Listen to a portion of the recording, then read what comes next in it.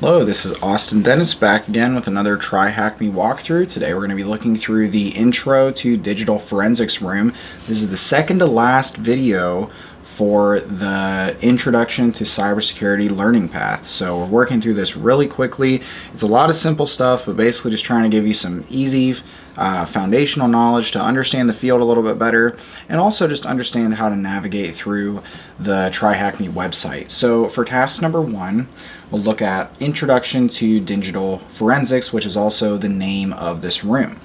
So forensics is the application of science to investigate crimes and establish facts. With the use and spread of digital systems such as computers and smartphones, a new branch of forensics was born to investigate related crimes, computer forensics, which later evolved into digital forensics. Think about the following scenario. The law enforcement agents arrive at a crime scene. However, part of this crime scene includes digital devices and media. Digital devices include desktop computers, laptops, digital cameras, music players, and smartphones, to name a few. Digital media includes CDs, DVDs, USB flash memory drives, and external storage. A few questions arise. How should the police collect digital evidence such as smartphones and laptops? What are the procedures to follow if the computer and smartphone are running? How to transfer the digital evidence. Are there certain best practices to follow when moving computers, for instance? How to analyze the collected digital evidence. Personal device storage ranges between tens of gigabytes to several terabytes. How can this be analyzed? Assuming this employee is suspected in the figure above, we can quickly see the digital devices that might be of interest to an investigation. We notice a tablet, smartphone, digital camera, a USB flash memory, in addition to a desktop computer. Any of these devices might contain a trove of information that can help with an investigation. Processing these as evidence would require digital forensics. More formally, digital forensics is the application of computer science to investigate the digital evidence for a legal purpose. Digital forensics is used in two types of investigations. Number 1, public sector investigations refer to the investigations carried out by the government and law enforcement agencies. They would be part of a crime or civil investigation. Or number 2, private sector investigations, which refer to the investigations carried out by corporate bodies assigning a private investigator, whether in-house or outsourced. Whether investigating a crime or corporate policy violation, part of the evidence is related to digital devices and digital media. This is where digital forensics comes into play and tries to establish what has happened. Without trained digital forensics investigators, it won't be possible to process any digital evidence properly. So consider the desk in the photo above.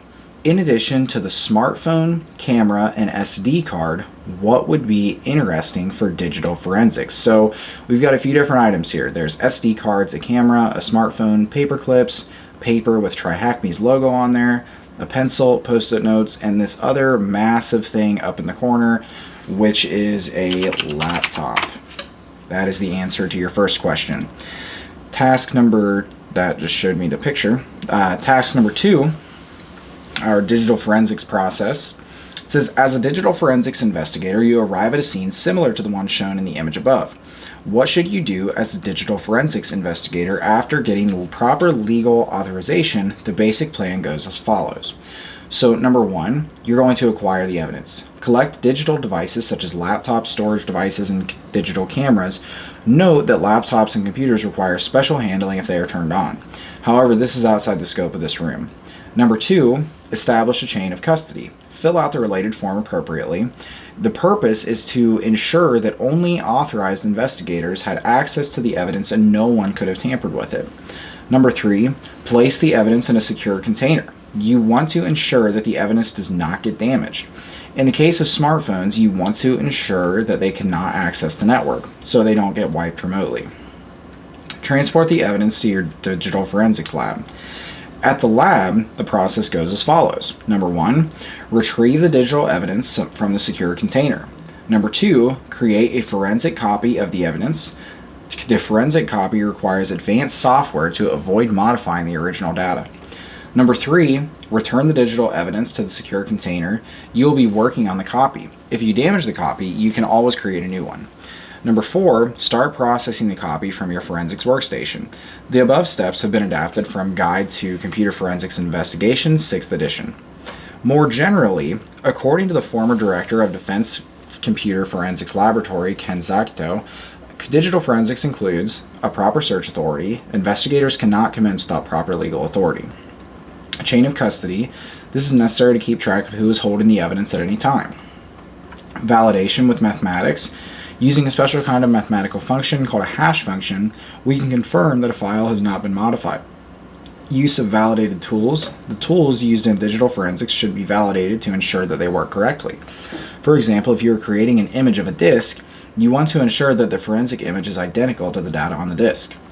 Repeatability. The findings of digital forensics can be reproduced as long as the proper skills and tools are available. Reporting. The digital forensics investigation is concluded with a report that shows the evidence related to the case that was discovered. And for our question down here, it says, it is essential to keep track of who is handling it at any point in time to ensure that evidence is admissible in the court of law. What is the name of documentation that would help establish that? So we've read that right up here. It is talking about the chain of custody. You can't, when you're dealing with evidence, just let anybody hold it at any given time. It's something that needs to be kept close attack with, because if we're just constantly passing around information and not keeping track of it that is seriously investigated, I mean, somebody could obtain a laptop that has a lot of things on it related to a trial, and if we're not keeping track of who has that laptop, sometime in between the time that the laptop was confiscated to the time that it would need to go to the trial, somebody could get on, completely wipe the data, and eliminate the evidence, and then it's all lost. But if we're keeping track of a chain of custody, we know who has it at any point in time, then we would be able to charge the person that had it with tampering with evidence, and so that is why the chain of custody is so important. So now down at the bottom, we've got a practical example of digital forensics. So our cat, Gatto, has been kidnapped. The kidnapper has sent us a document with their requests in the MS Word document format. We have converted the document to PDF format and extracted the image from the MS Word file for your convenience. You can download the attached file to your local machine for inspection. However, for your convenience, we have added the files to the attack box. To follow along, open the terminal to the attack box, then go to the directory root rooms intro to digital forensics as shown below.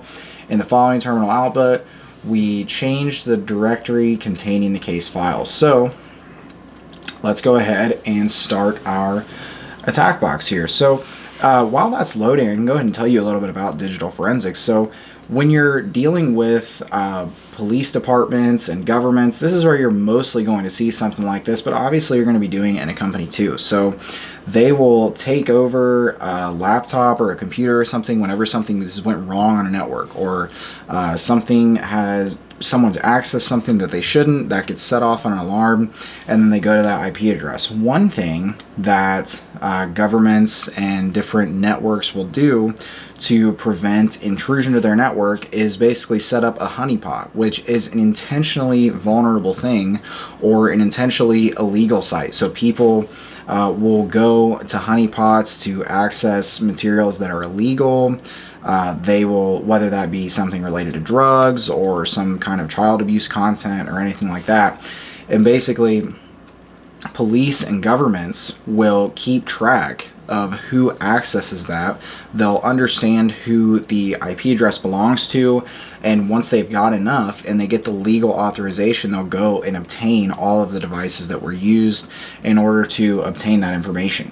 And they'll make copies of it, they'll go over it with a fine-tooth comb and understand everything that they did. And there's tons of tools that go into that, and especially as you get later on into the different rooms that TryHackMe has to offer. The SOC analyst level 1 room, it's got a lot of different things. And TryHackMe is also lately, around this time, which I'm talking about January of 2023, has been releasing a lot more blue team related challenges, which are basically you downloading a bunch of files and accessing certain things and trying to figure out who's responsible for certain crimes, or what IP address was used to connect to this certain server. So digital forensics goes into many different forms, and it's a really interesting field. But right now, as our machine is just about 100% loaded, we are going to go ahead and look at this. So in order to do what it's talking about, we need to go up to our terminal here, and we want to change our directory to root rooms. And in there we can use ls to see what is in there. And we have the intro to digital forensics room right here. So we can cd intro digital forensics. Just making sure I'm typing it right there. And now we're in the room. So in the following terminal output, we can look at what all of the files are in here. So when you create a text file, some metadata gets saved by the operating system, such as file creation date and last modification date. However, much information gets kept within the file's metadata when you use a more advanced editor, such as Microsoft Word. There are various ways to read the file metadata. You might open them within their official viewer, editor, or suitable forensics tool. Note that exporting the file to other formats, such as PDF, would maintain most of the metadata of the original document, depending on the PDF writer used. Let's see what we can learn from the PDF file. We can try to read the metadata using the program PDF-Info. PDF-Info displays various metadata related to PDF files, such as title, subject, author, creator, and creation date. So the attack box already has this program installed, but if you're using the Kali Linux, which is also something you can use instead of the attack box, you don't have that installed, you can use it by doing this. So let's try to see what is happening here. So they've got an example here of PDF-Info, and then it's just using document as a placeholder for what it is. So over here, there is a PDF of the ransom letter in our example. So this is asking us to find the author of the attached PDF file. So in order to do that, we use our command PDF-Info, and then just type in ransom dash letter dot PDF. And when we do that, we've got the author of this. So the person who has Gatto the cat and is demanding that we pay now, the name is Anne Gree Shepherd. So we can type that over here, and we have the answer for our first question. Photo EXIF data is the next thing we're going to be looking at, which is the exchangeable image file format. It is a standard for saving metadata to image files. Whenever you take a photo with your smartphone or with your digital camera, plenty of information gets embedded into the image. The following are examples of metadata that can be found in the original digital images. You can find out the camera model, you can find out the smartphone model, you can find out the date and time of the image capture, and photo settings such as focal length, aperture, shutter speed, and ISO settings. So because smartphones are equipped with a GPS sensor, finding GPS coordinates embedded in the image is highly probable. The GPS coordinates, which is your latitude and longitude, which tells exactly where you are, would generally show the place where the photo was taken. There are many online and offline tools to read EXIF data from images. One command line tool is EXIF tool. EXIF tool is used to read and write metadata in various file types such as JPEG images. The attack box already has this installed. However, if you're using Kali Linux, you use the same exact command that it gave, well, not the same exact command, but the same style of thing where you need to install that onto your machine. So this is an example of how you use this image, or how you use this tool. You basically just type in whatever the image is, and then it goes ahead and tells you. So we can go over to here and type in what our letter image is. So when we showed all the files that were in our initial room earlier, we saw all of these. We've already analyzed the PDF. Now we can look at the letter image. So we can just use EXIF tool and then letter image dot JPEG. Okay, so we use this tool to basically get all of the metadata from the JPEG file that they sent us in the ransom letter. And here we've got the GPS latitude, longitude, and the exact position by just combining both of those together. So these coordinates are for a different place, not the exact one that you see here. There is a difference between them. But this basically tells us near where it was taken, and it was near the Museum of London. So in order for our search to work using Google Maps, we have to change a little bit of this output. But first, you're going to want to copy this output to your attack box clipboard. You come over to the clipboard here, and now you need to get it onto your computer. So you can use the Firefox application if you want to. For me personally, I just try to use Google Maps and just zoom way out and paste this into here. I just think it works a little bit better. Now, in order for the search to work, you need to copy this degree symbol and replace the place where it actually says degree in your browser, and make sure that there's no spaces in between the numbers that you see there. So you need to do the same thing to this one as well, and then you can enter that in and see where it pops up, and we get the street name, which if you zoom in right here, you can see that it is Milk Street.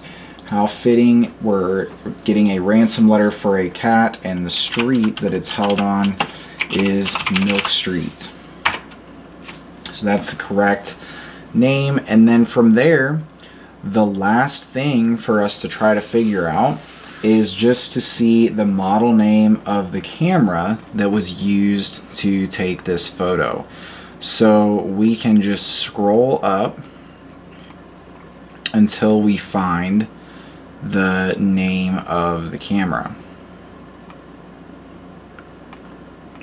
We're seeing a lot of information about things that are on the camera right now.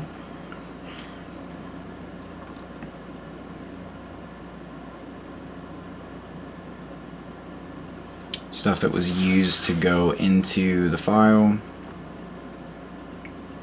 And right here we see our camera model name near the very top. If you scroll almost all the way up to where you initially ran the command in the first place, and we can see that it is a Canon EOS R6 that was used to take this. So you can just copy that to your attack box clipboard. You can copy this again, bring it over to the TryHackMe part, and now we have completed the intro to digital forensics room. So a lot of this, sometimes it can seem like it's a little bit of tedious work. You have to scroll up and down and see lots of different information in these things. Sometimes the GPS coordinates can be a little bit of an annoying thing to type in and figure out. But once again, not really difficult stuff here, but just something that, you know, you just get more used to these and you start to eventually learn where things are. But, you know, like I said, these give tons of information, and especially if you're somebody that has a background in knowing photo editing and things like that, it literally gives like every single piece of information of the pixels that you could possibly get. And so when people are taking pictures and sending them to you, if they don't scrub this data, they can be very easy to find. You can get the exact GPS location. You can know the phone that they were using, the type that they were using. You can see the lens, everything that is involved in this picture. You get all that by using this program. So digital forensics is a really interesting thing, and I hope that this video is able to help you if you had any struggles with this room. If I was able to help you out, leave a comment below. Let me know how I helped.